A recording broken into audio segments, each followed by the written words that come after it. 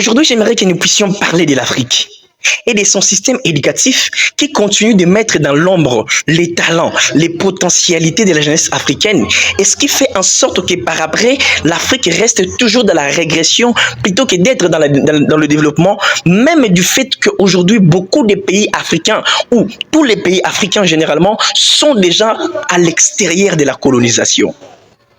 Je me pose la question pour comprendre comment est-ce qu'en plein 21e siècle, les écoles africaines en général enseignent toujours aux élèves, à nous qui sommes les élèves, l'avenir de l'Afrique, le véritable bâtisseur de l'Afrique de demain, à répondre aux besoins du marché plutôt qu'à nous apprendre comment créer ou bâtir sa propre vision. Comment est-ce qu'en plein 21e siècle, avec tous ces développements, ces changements du monde actuellement, les écoles africaines doivent toujours nous enseigner comment est-ce que nous devons aller chercher un emploi plutôt qu'à bâtir notre propre entreprise. Comment est-ce qu'elles doivent nous enseigner toujours comment rédiger un CV pour aller par après dépendre d'un emploi plutôt que de nous apprendre comment créer un business plan afin de se fixer des objectifs personnels et bâtir son propre empire. Et ça, nous voulons que l'Afrique puisse développer. Et ça, nous voulons créer des bâtisseurs des richesses pour l'Afrique. Jamais cela sera possible. Parce que tant que l'école nous apprend à chercher et à dépendre d'un emploi, c'est qu'elle ne nous enseigne pas la vérité. Alors dans cette vidéo, j'aimerais te partager une discipline que j'ai apprise. Une discipline qui m'a non seulement permis, lorsque j'ai développé, à avoir une nouvelle perspective sur la réussite ou sur la richesse, mais également que je crois forcément qu'après 3 ou 4 ans ici, je serai dans une sécurité financière considérable. Et que je crois aussi que tant que les études, les écoles africaines ou les systèmes éducatifs africains ne sera pas réaménagé et adoptera cette discipline, alors la jeunesse africaine restera toujours dans l'ombre. Et ce qui fera aussi que l'avenir de l'Afrique reste toujours moins prometteur. Alors la meilleure discipline en question, ce n'est rien de plus et rien de moins que l'éducation financière. Et oui, l'éducation financière.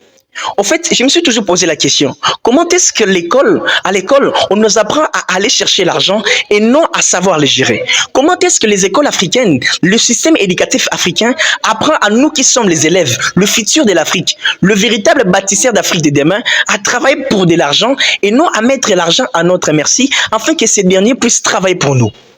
Il y a une chose que Robert Kiyosaki a dit, une chose vraiment indispensable. Il a dit que si les écoles enseignaient aux gens le rudiment sur l'argent, alors cela générerait davantage de l'argent. Et ce qui veut dire au sens contraire, tant que les écoles africaines, tant que le système éducatif africain n'apprendra jamais ou n'apprendra pas aux élèves ou aux gens en général le rudiment sur l'argent, alors cela réduirait davantage le moindre argent qui se retrouvera dans leurs mains. Et c'est ça donc la véritable cause de la régression de l'Afrique. C'est ça donc la véritable cause qui fait en sorte que l'Afrique soit toujours dépendante d'une manière financière, et de ce qui concerne le développement dans le monde entier. Et comment est-ce que l'école peut toujours nous enseigner à avoir des bonnes notes, à acquérir une compétence, ensuite pour aller travailler pour un emploi et qui ne garantit, et c'est celui-ci qui ne garantit pas notre réussite, c'est celui-ci qui ne garantit pas notre sécurité financière.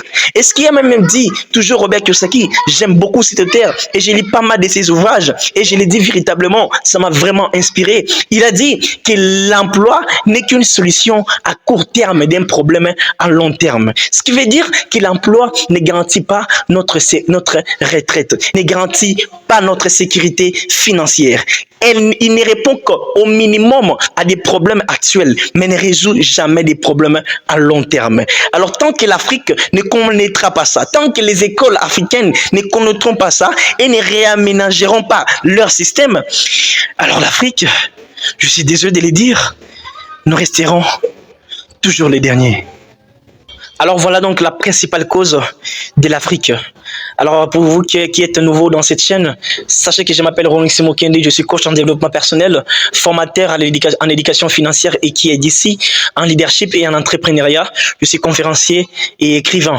Alors si vous avez bien évidemment aimé cette vidéo, n'hésitez pas à vous abonner, de commenter pour que ça me serve de motivation, mais pourquoi pas surtout de partager pour que ceux-là qui sont encore victimes de ces problèmes puissent être être à la page et être sauvé.